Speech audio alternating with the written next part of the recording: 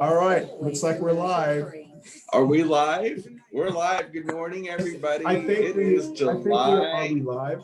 Oh, I think we're live. We're live. I got a little notification. Are we live? We are live. I think we're alive. Are we live? Did we survive June?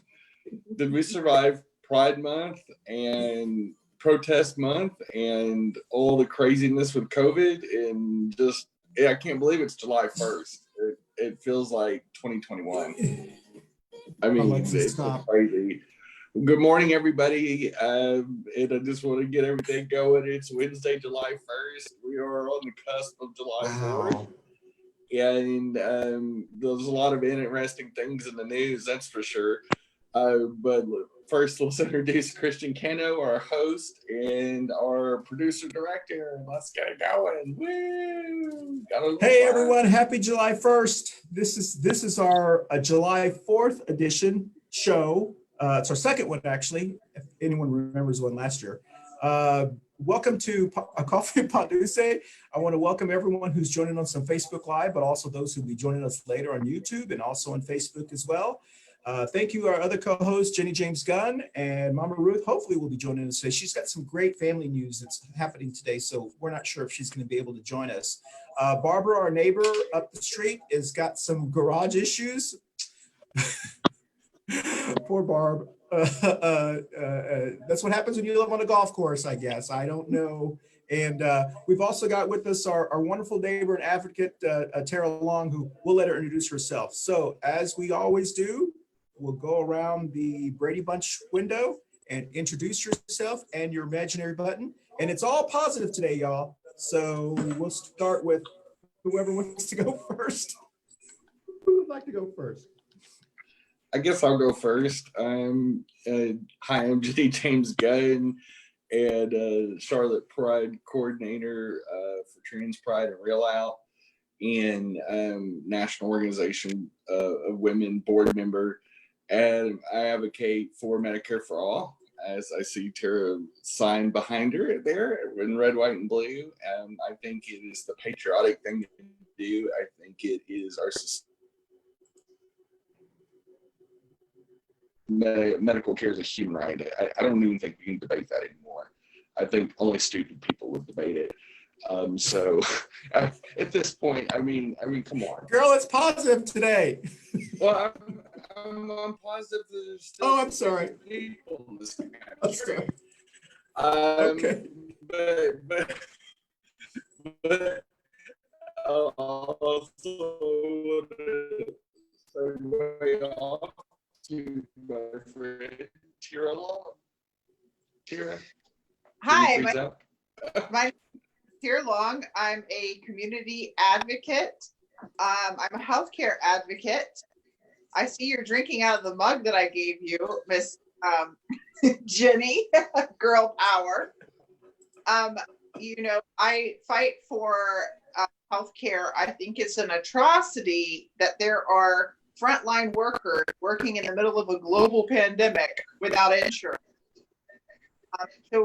So that's what I fight for. And I am on the positive note is I believe we can do it because we're the only industrialized nation that does not give healthcare as a human right. So we can do it. Cano, take it away.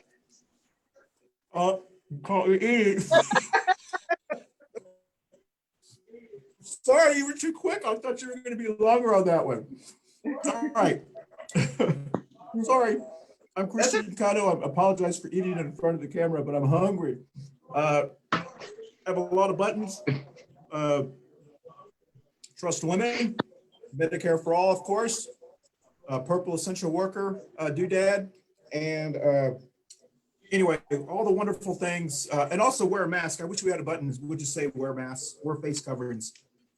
So today is our July 4th edition show, and we've made the decision to talk about why we're proud to be Americans. We don't often hear that a lot. I know those of us who lived through the Reagan era, that was all we talked about, was why you're proud to be an American. And it seems like it's kind of hard to find sometimes good news about being an American because there's so many things that are going on. So Who would like to start on why we're proud, why they are proud, or why anyone's proud to be American? I Uh-oh, don't know if you Jenny, really make want to something start up. with me. I have the George Carlin school of thought on American pride. I can't be proud to be an American because I was born here. I didn't earn my way here. It was inheritance earned by the country's forefathers. And so, I can't have pride in something I didn't earn. Now, I can be proud of some things America can do, but to feed into the nationalism that is around American pride, I think that's what gets us in trouble, is this blind nationalism. And so, no, I'm not proud to be an American because I didn't earn it. My grandparents earned it. They came over and earned their citizenship. But for me, a second generation American on my dad's side, I sit on this soil because my parents decided to conceive me here, and so, now there's some things that I think we do right, and I think there's a lot of things we do wrong. And but on a positive side, I think I love some of the things that our American Congress has done during the pandemic, especially the Democrats. I think they really rallied for the American worker a little bit. They still got a long way to go. And I think I'm proud to be living in North Carolina with a governor that is at least fought against the grain with at least half of our residents here that have so maligned him and so trying to make this a political issue. And he stood strong. He kept us in phase 2, which I think is amazing. He did the mask work, which I think was a great first step. And in trying to curb this thing, even though I think it's too late, honestly, think it's out of control. We're averaging 80% more new cases than we were a week ago. And so, sure. Well, that's an interesting take. I've never heard that George Carlin, what you referred to, and that's very interesting. I've never actually kind of thought of it from that perspective, and that's a very interesting perspective as far as, because I was born here, I didn't earn it, or so forth. So interesting. I guess I've never really followed George Carlin. So anyway, he passed away several years ago, but he actually does. There's a thing on Facebook, and I've posted it several times. I usually post it about this time of year when people start flag waving and drinking from beer cans that have the American flag on it, which is actually desecrating the flag. Yeah, it's against the law. You should never, I don't know, technically wear the flag like an underwear hat. Technically it is. It actually says it in, I believe, I can't remember, as far as what the laws that address the flag, you're not supposed to actually wear it in apparel. And I think the flag's always been blown out of proportion. We sometimes really honor it, we sometimes really don't. There's like a lot of really subjective patriotism. But yeah, he does a whole skit on why you can't be proud to be Irish or proud to be this, because you're just born that way. I'm not proud to be a German American because I was just born in that. And my parents made a decision to have a heritage, and so it's just something that I didn't earn. I don't deserve it. I don't undeserve it. It just is. And so I think that is why I take that take. It's a big reason why I don't do a lot of flag waving. Okay, well, I thank you. I mean, I've never heard that perspective before, and if I have, I thank you. Tera, do you want to jump in and tell us, or? Sure, absolutely. So some things that I am proud of for America. I'm definitely proud of some of our elected officials, like Governor Cooper, was taking this COVID seriously and taking precautions. I'm definitely proud of elected officials like John Rex Marvel, who is a progressive judge that constantly works to give back to our community. So the democratic process, I'm grateful for. I am grateful for the fact that we have an opportunity coming up real soon to get rid of baby Trump in office. Okay. Our keeping it positive theme lasted what, 30 seconds? No, No, that could be no, you're right. That is positive. I agree. Okay, go ahead. I'm I'm sorry. positive we need to vote him out. if you're a Democrat, you're cheering that comment. That's right. I'm very proud of the fact that some of our ideals, while we still have to work on them, we have them, meaning we make an attempt to educate all of our citizens. Absolutely. Are there problems with our public schools? Yeah. But, we are moving in the right direction. And I'm extremely grateful for all of those that have served, that have given me the rights that I do have. And because it takes sacrifice away from your family, or your family has to move with you.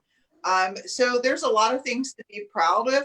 The difficult thing is we're community advocates. So that means we fight the problems in society.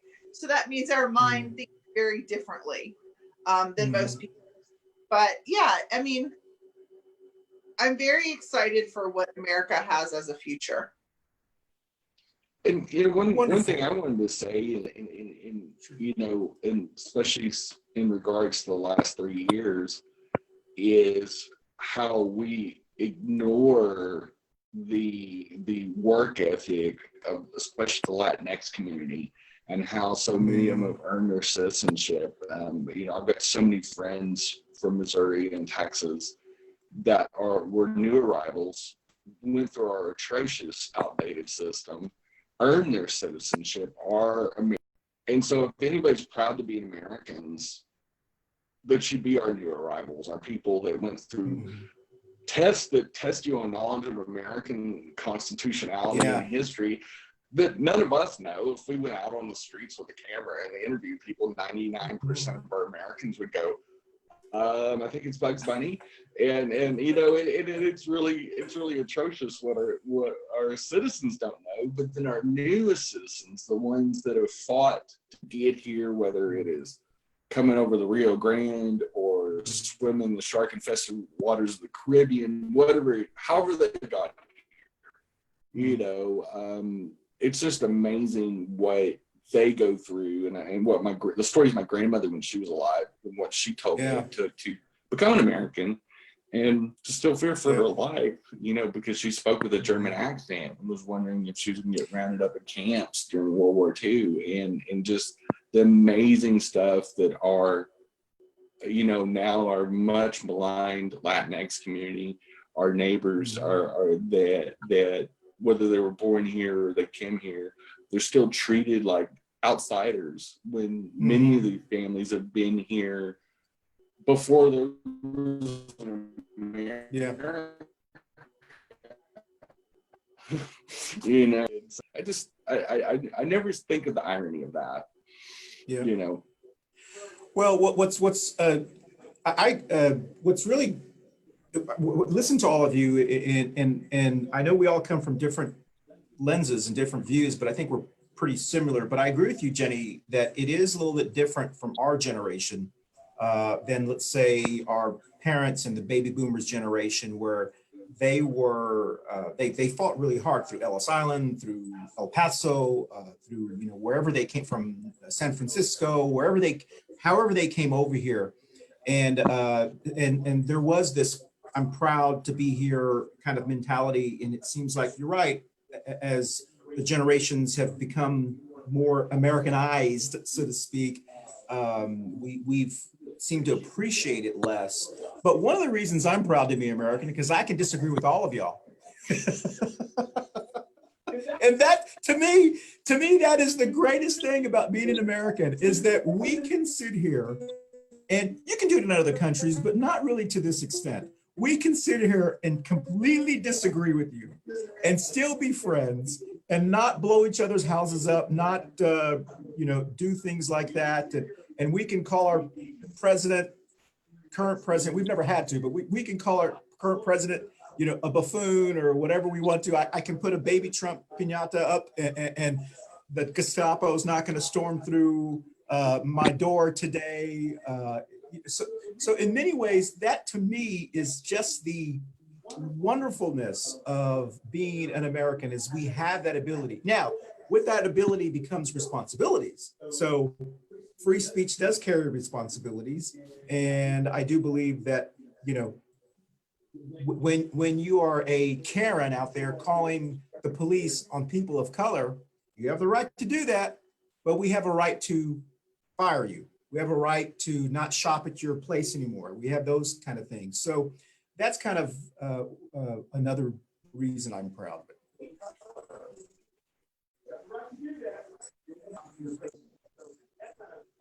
Two people get confused between rights and privilege. When we call the police, that's a privilege, you know, paid for by tax dollars. It's not a right to call the police.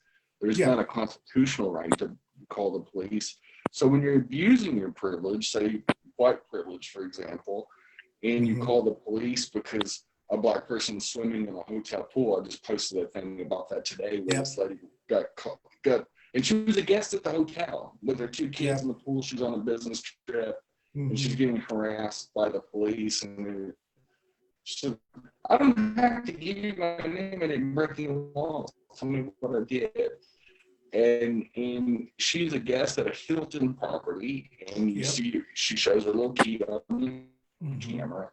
And I'm just like, why would you do that? Especially when there was no hotel employee did not ask anything of them, but went straight to the African American person. That's a problem. And so, I think privilege and rights get very, very confused. And there's a huge difference. Jenny, a question, and Tera, and both of you have children, so maybe you can answer this question because I'm trying to keep it positive, but also talk about what you just said. I find it very interesting that whenever families of color are out with their children, we, as I'm being generalizing, but we tend to, if the kids are running around, you know, doing like they were at that pool, we tend to, because there were people who were posting about that issue saying, where were the parents? The kids were running around as if though the parents were somehow not good parents. And we usually only do that whenever kids of color or parents of color. But whenever little ratty white kids are running around, it's the kids. We're like, hey, those kids. And then we're kind of real sympathetic to the mom because the mom or the parents go, oh, the kids are being kids. And we don't really judge the parents on their parenthood as we do with people of color. Now, as white parents, do you notice that or? Well, I think Black and brown families and especially mixed families get judged to a different standard than all white homogenous families. Their fathers aren't around. You know, the whole, you know, I've even heard it on the show where you know, I was talking about college for all, Medicare for all, and Social Security for all, and one of our other hosts jumped in and said, and used the inner city single Black mom example. And I'm like, well, that's racist as hell. You know, it's like, there's no other way of saying that. Is the stereotypical. It wasn't me. No, it was our very libertarian co-host that said that. And without the thought that maybe white Southerners are actually the #1 category of social benefits, but anyway, but I think we do judge, and I know Tera is a foster mom, a foster parent, has gone through some interesting things as a foster parent when she's had other than white children in her foster care, and she's told me some of those stories, and it's horrible. You know, it's horrible the way she was treated. Nobody should talk about somebody's kids anyway. To me, whenever my kids were young, if somebody said something about my kids, especially if it was untrue, those were fighting words. And I don't know. I have noticed that though in restaurants where people go, oh, little white kid running around, you know, spilling drinks all over the place. That's cute. you know, unless you're working there. Of course, then Yeah. if you're a server or bartender, you don't really like kids. Just so you know, that's a lot of work. And Brady Bunches are really bad tippers most of the time. So just saying, you know, they'll trash the section.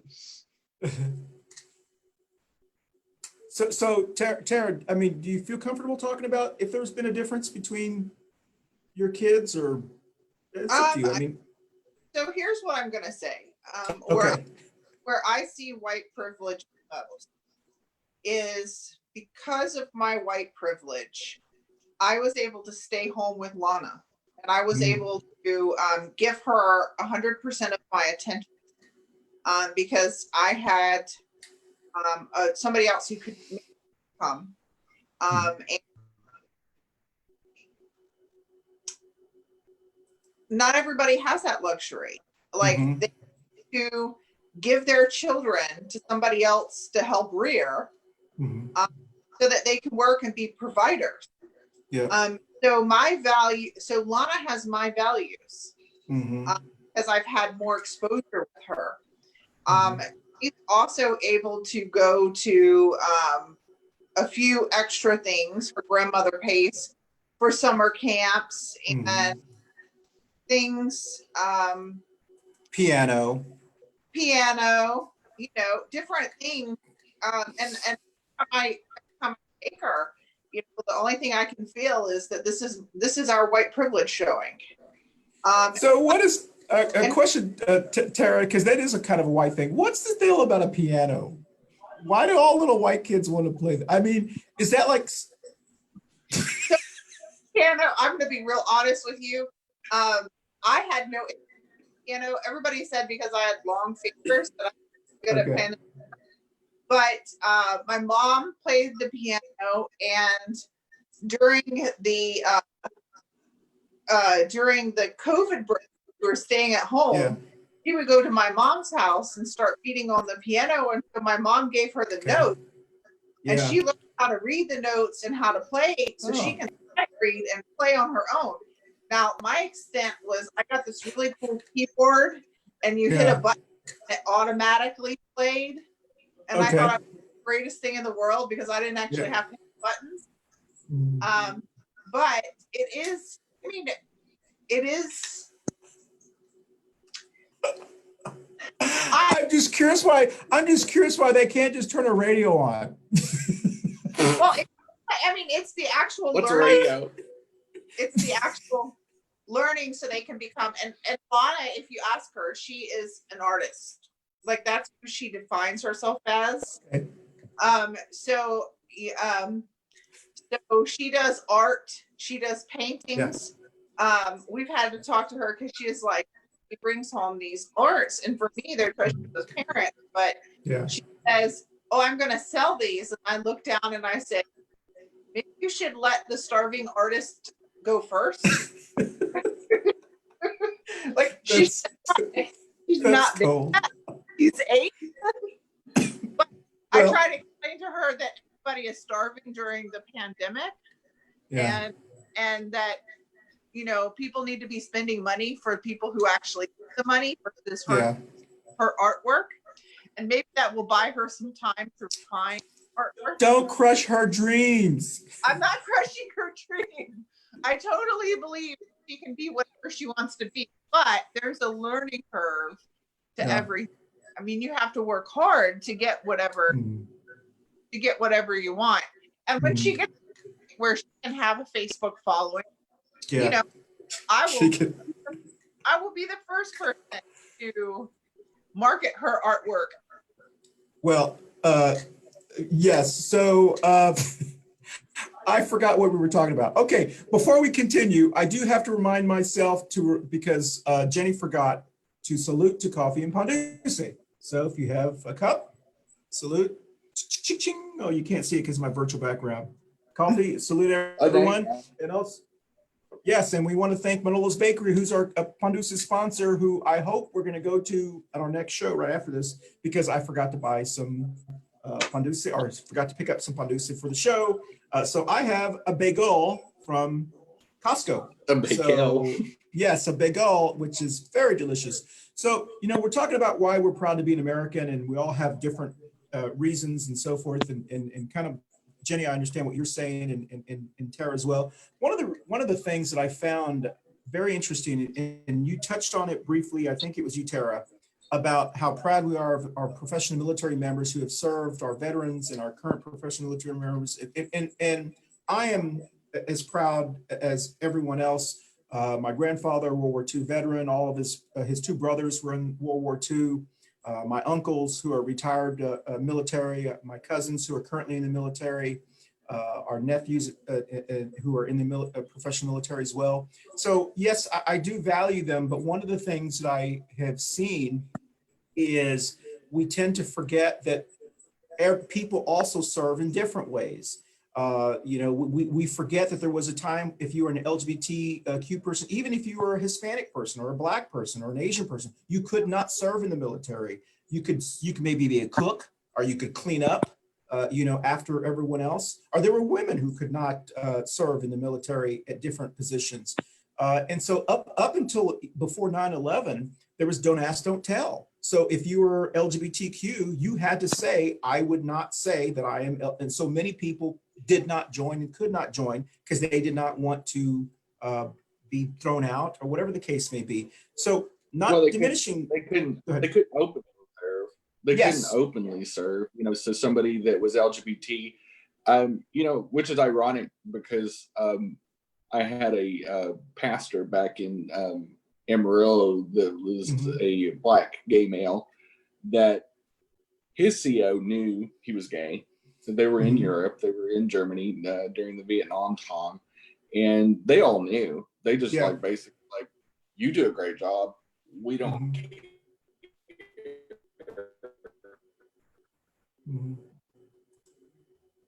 You go into town, and if you don't care, just so you know, we're not gonna tired of somebody that would use it, that would weaponize that rule. It was a very subjective rule. They kick you out if they got tired of you. No, exactly. That's, you live in San Antonio for a while. I remember living in San Antonio in the early 90s, and I was going to join the military, by the way, after college. And I made the decision not to because of that reason.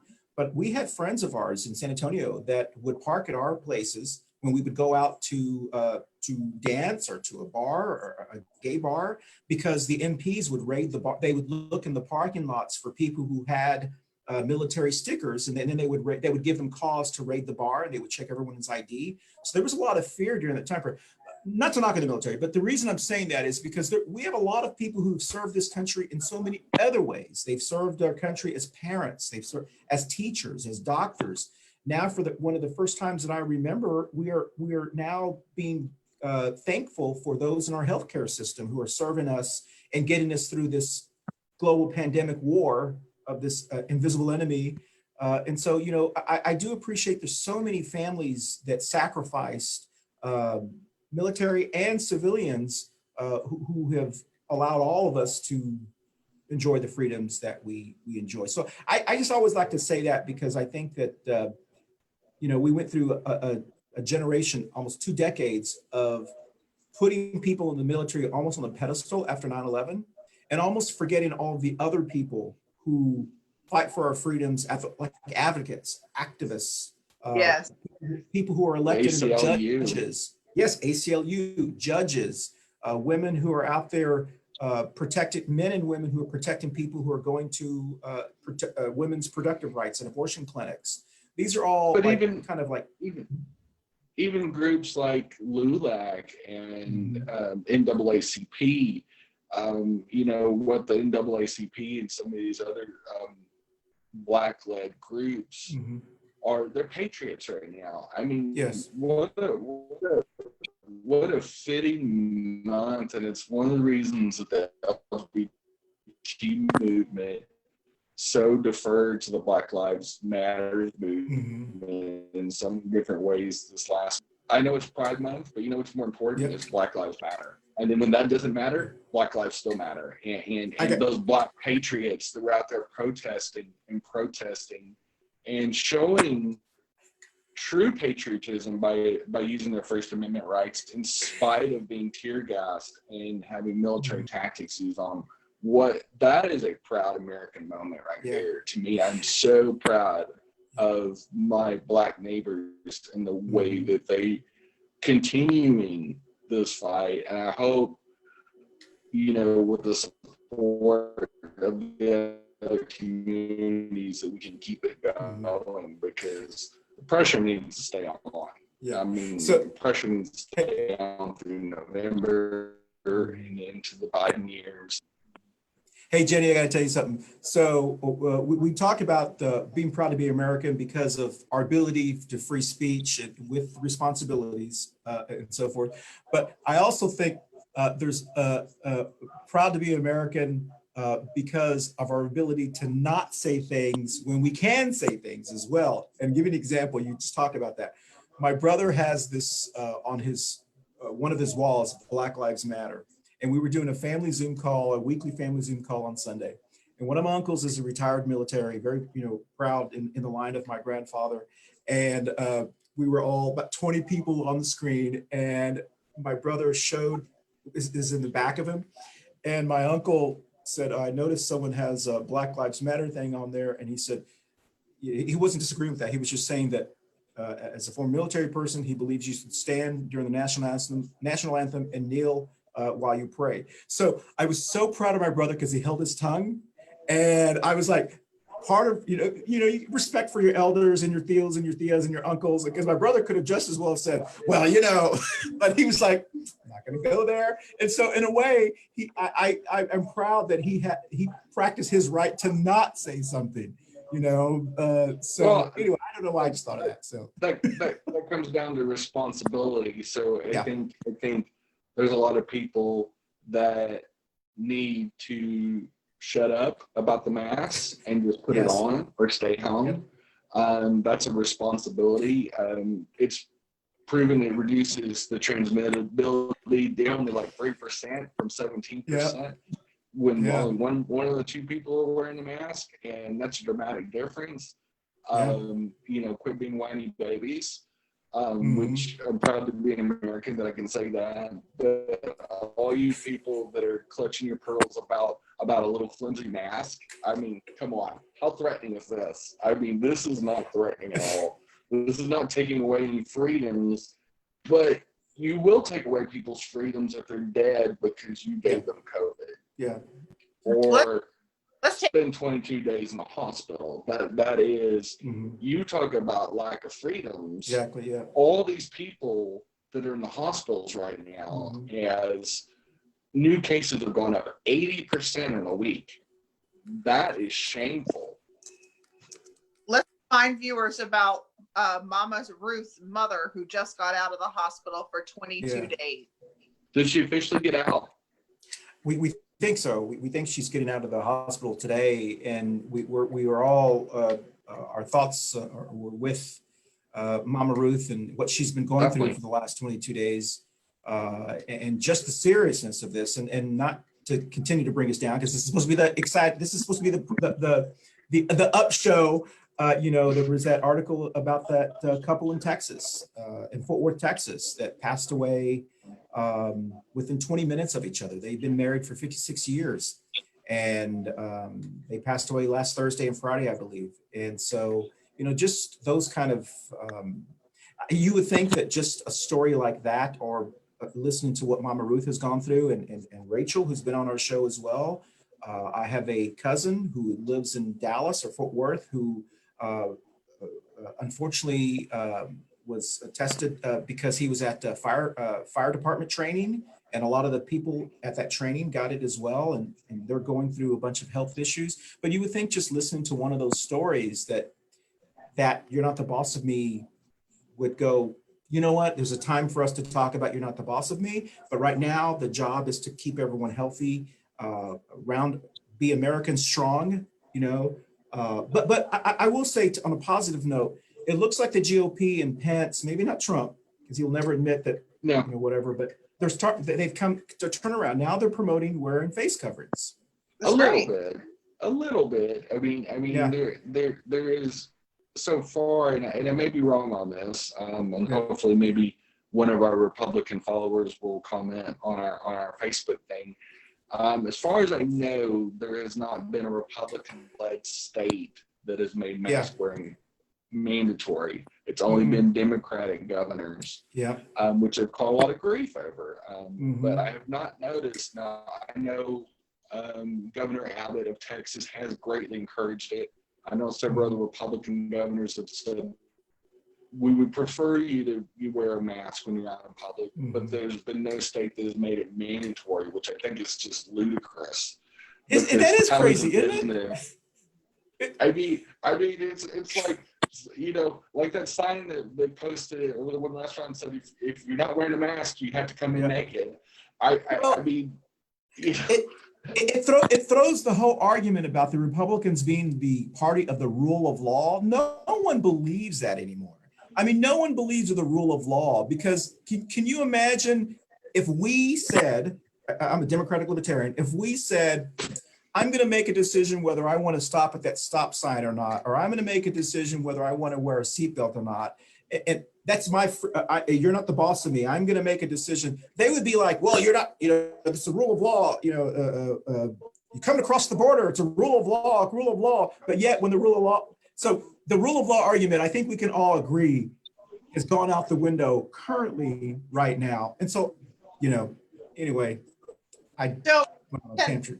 yes, ma'am. Okay, so I want to argue, like, on on next door, somebody said, you know, I'm disabled, I can't breathe, and mask.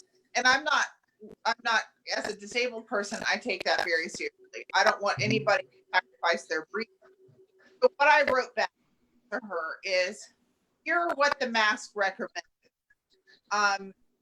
If you have any of these, they say don't wear a mask.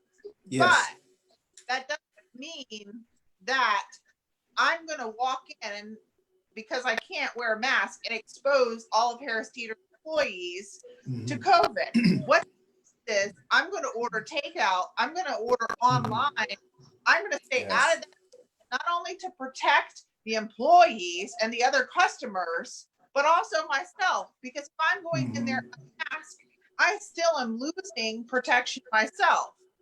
So every employer should, at this point, have some other option other than walking into a store unmasked. There is not one person that I can think of that got this from any other place than in a closed room. Okay, Mama's Ruth had a friend visit. Mama's Ruth's son had a friend in close quarters with a COVID person. Rachel simply walked into CVS to CVS and caught COVID. These buildings, they're where you're going to catch it. Protect yourself, even if you're disabled. Well said. Thank you. Yes, well said. And so, why are we proud to be an American? As we talk today, So I think you also pointed on something that I am incredibly grateful. Well, I'm incredibly grateful for advocates being able to work hard to improve the community. Well, and I think too, in this modern era with apps and everything else, you can get curbside service, you can get delivery service. Do you really, you know, I went 61 days. Of course, I had the privilege to do it, but I had 61 days where I did not leave my house. I was impressed. I mean, for a unicorn like me, the only time that I left my house was to walk the neighborhood and exercise. But I never left my neighborhood. I never went to a store for 61 days. And you know, to me, I call a little bit of foul when I hear people going, I want to go to the store. I want to go to the store. And I'm going, do you really, in the middle of a pandemic, you really want to go in there? I don't want to go. I honestly, I go as little as possible. I'm not running around licking doorknobs. You know, and I take all the precautions, and everybody that goes into the store has a moral obligation to do the same thing. I think it's about intelligence and compassion.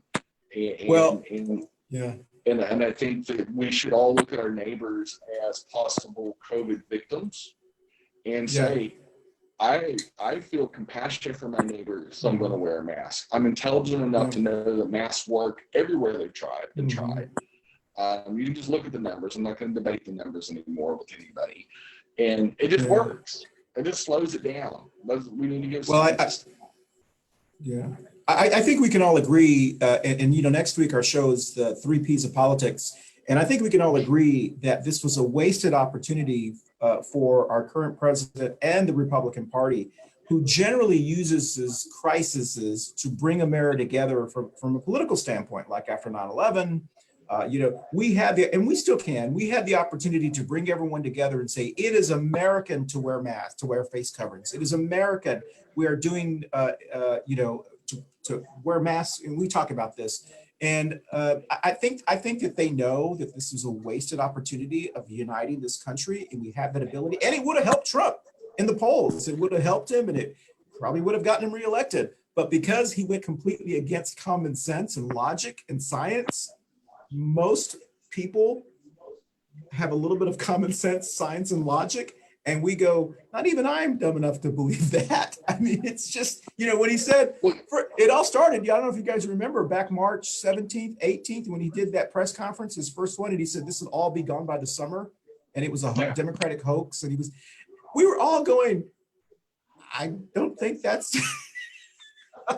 Well, and here's the bottom line. It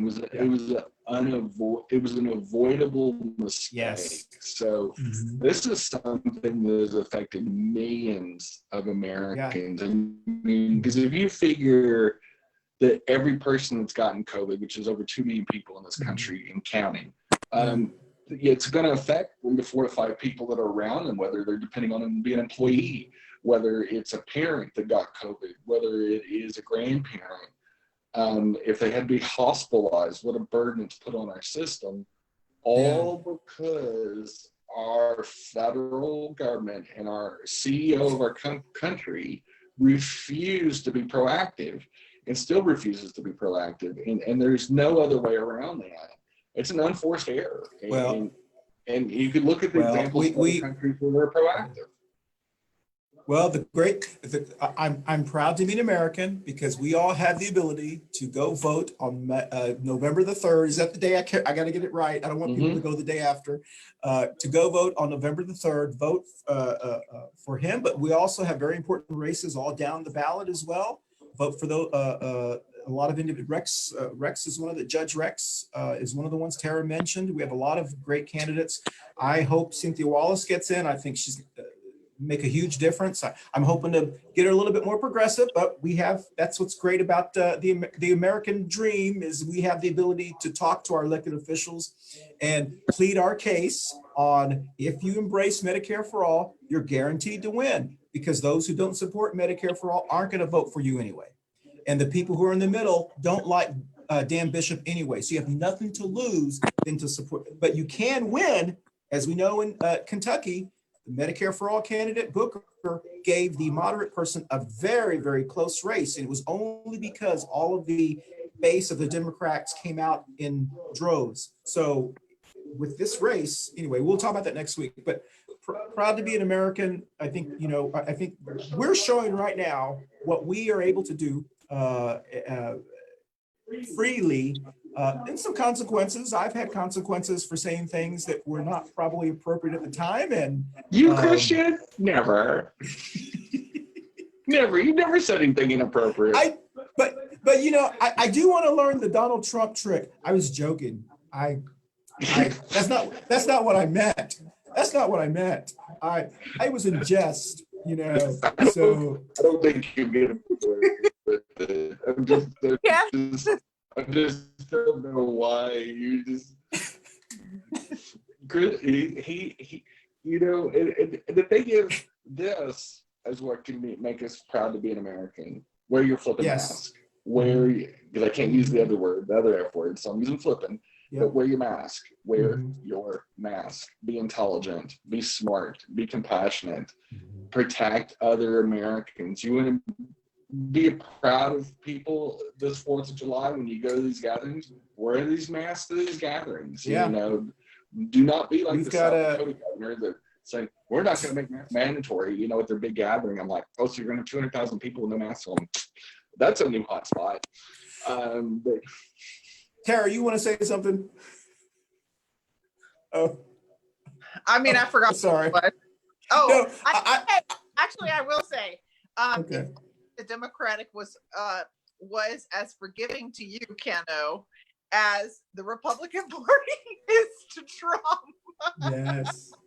But you know, everything happens for a reason. You know, I believe there's a plan for everyone, and I believe that you know, there are things that I have fought for when I first started running for office back in 2005 or 2015, and those were pretty radical things. Ending the prohibition of cannabis. I came on to the Medicare for All scene after attending one of y'all's event. You know, protecting military members from enlistment to eternity, so we wouldn't have to have these charities that you see on television for military members. We shouldn't have charities for military members. We should take care of them forever, forever. And so these are things that may have sound kind of out there, but I do believe in the next 2 or 3 years, we'll look back and I believe I'm on the right side of history on those issues. There are issues that I've evolved around. You know, I'm pro-life, but I believe a woman's right to choose is her decision.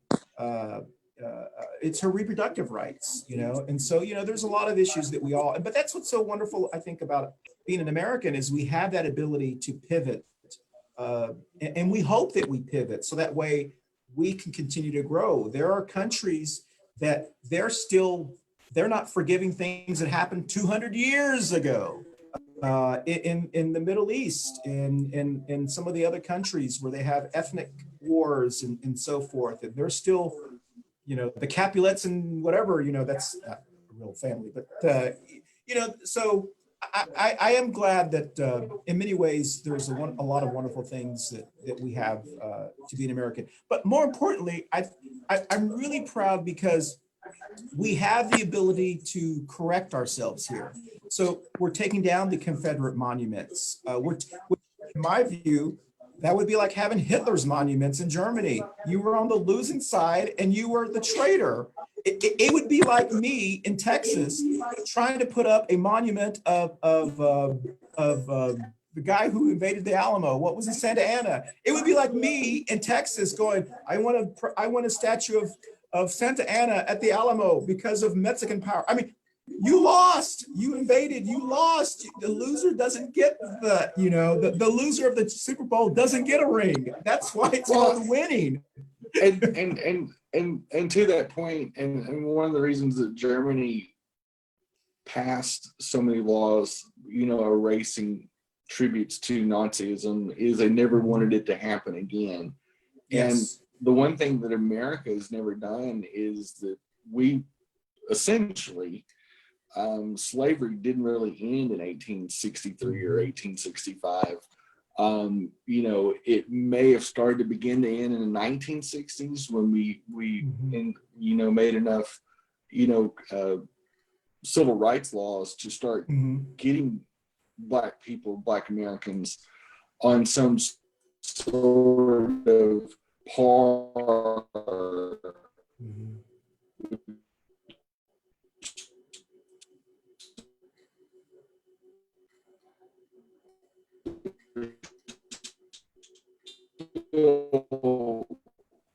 You know, whether you talk about the wage gap or we learned, we were still allowing the notion that the Civil War was about to start a bloody war over enslavement. Americans murdered other Americans for the Yeah. Hey, Jen, you're breaking up. Yeah. I'm sorry. I can hear you from the other room. But you're doing the Matrix thing. So that's right. Well, you know, there's many reasons to be proud to be American. We're getting some on our comments as well. Mama Ruth actually is watching us. Hello, Mama Ruth. I hope everything is going as planned today. She said, be responsible. I agree. I think we all have responsibilities, in whatever role we play, we all have responsibilities. There's many reasons. I'm a half glass full kind of person. I do believe that we will come around, and I think we're starting to see it just a little bit. We will come around. I think people are understanding the responsibility we have to wear face coverings. I do think there's still going to be some of those, you're not the boss of me people, and we know them. But I do think that logic starts to even come over, and common sense starts to override those things, and we will, and we should, and we will forgive those who were saying not wear masks, because America is a forgiving country. I agree with you, Jenny. I do wish that America, and we have that ability. We are America. We have the ability to right the wrong of slavery, to right the wrong of racism, to right the wrong of, we have that ability. We may have to wait for some of the boomers to die out, but we got about 10 years, and I want it sooner than later. So we have and there's things we can do here in Charlotte, like the Brooklyn Center thing that's going on downtown, where so many of our African-American families were eminent domained and moved out so they could build the government buildings, but none of them were really compensated for the value of their land. We have the Charlotte County Commission, or Mecklenburg County Commission, has the ability to right that wrong. So there's a lot of things I think that we can still accomplish. But understand, I'm looking at it from a lens of a person who's lived my whole life white, except when I moved to Charlotte, now I'm suddenly Latinx. So I'm looking at it from that lens. There are people who look at this country from different lenses and don't see it like that. And so we have to work with them and help them and be there for them. Anybody want to add that while we only have about 7 more minutes? Well, I think too, there's a lot of things we can do locally. One of the things that I've gotten involved with that I'll elaborate more on a Facebook post is there is a friend of mine that is doing a charity for Black trans women in Charlotte, and I'm going to be soliciting different donations like food and toiletries and stuff like that. During COVID, they got disproportionately affected the most because a lot of them were service industry workers, things like that. A lot of those jobs went away in large amounts, and unfortunately, because of a lot of discrimination, a lot of the Black trans workers were laid off or were working jobs that, for whatever reason, didn't get the pandemic assistance. So there was a lot of hurt in that community, and they didn't make a lot of money in the first place. So I am going to be putting up that initiative today or tomorrow and talking about it and what the needs are. I think we can do things like that and reaching out to different intersections that have less than us, that don't have the blessings that we have. I think that's one of the most patriotic things you can do is help. And I know Tera does a thing, is helped with the Wedgwood food pantry as well. And there's some phenomenal things to do that when we have so much, and I have such a cushy life, that I know that I can help my trans siblings of color. Yeah. Well, please update us on that, and maybe we can talk about that briefly in our show afterwards. But no, that's very important. I agree. We're winding down here. We only have about 5 more minutes left, and I want to thank everyone who's been watching us, but also those who've been will be watching us later on as well. I do want to say that our mask episode was it last Wednesday? Wow, or Friday. We had it Friday. I think we've had 4,000 views already. Yeah. And that's really good. I'm glad that we were able, and I've looked at the demographics, and the demographics are very interesting demographics. A lot of younger people were watching it. And so I appreciate those who are watching it. But I do think, heck, look, like I said, even baby Pinata Trump over there is wearing a face covering. So we want to thank him I hope he's going to convince his dad. He's got his flag, Cynthia Wallace palm card. Moms of an Action button, a Medicare for All button, and Medicare for All sign. And he's got his dad's toilet brush head there as well. So I've changed my virtual screen to include this picture because to me, this is what is so amazing about our country. Canada also a little bit, but nothing like this country. We have such beautiful diversity. I'm trying to cover the white guy up. There we go. All right. We have such beautiful, we have such beautiful diversity in this country. People of all shapes, sizes, ethnicities, cultures, and it is meshed into this beautiful thing called America. I mean, we have the German influence, the Czechoslovakian influence in this area. You have the Scot-Irish who from the Hill Country.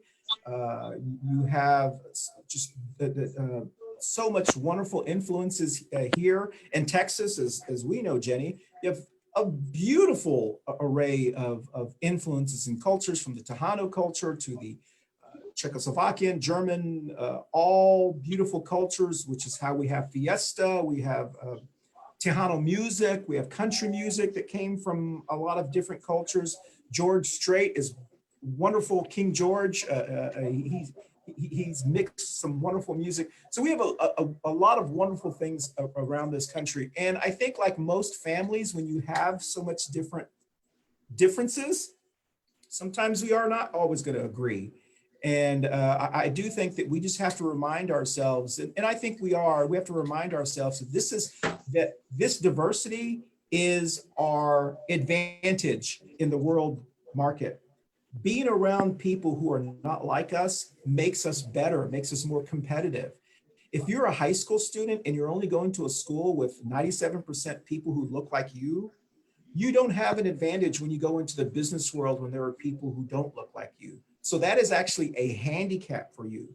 And so I appreciate when parents here in Charlotte are understanding that this segregation that we have here in Charlotte in our school system is actually hurting our students, because the business world wants people who are more diverse, who have experiences with our LGBTQ community, with different communities. So that is one of the things that was one of the things that my grandfather taught us as a family, is to embrace the diversity. Because I think being in the military when he was in World War II, he saw the advantage of understanding and recognizing people who aren't like us.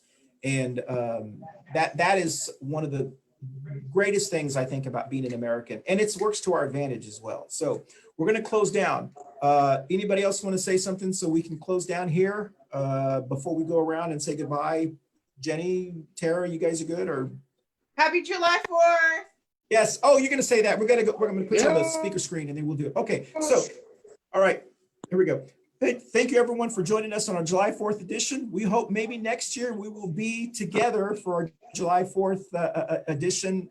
And so thank you everyone for joining us. Mama Ruth, we hope everything is working out today. Barbara, I hope everything works out on the golf course and that garage door gets fixed.